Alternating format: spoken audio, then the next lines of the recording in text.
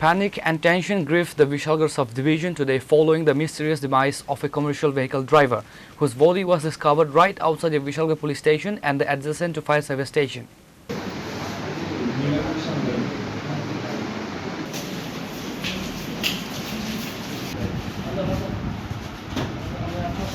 The deceased has been identified as Kartik Das, a resident of the Nilkamal locality of Office Tilla, Vishalgarh.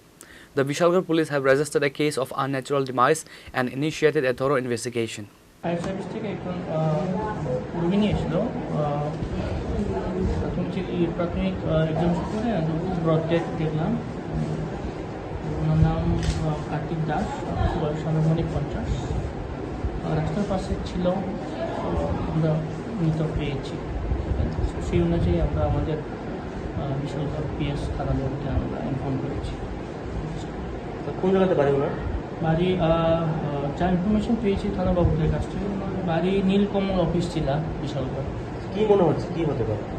এটা তো প্রাথমিক অটোপসির পরে জানা। মুখে এখনো রক্ত মাখা যায়? হ্যাঁ, মুখে রক্ত বা নাকে রক্ত, কোনো কিছু কওয়া এবং ঠিক না। তবে হ্যাঁ, পোস্টমর্টম করা হবে। পুলিশ এসে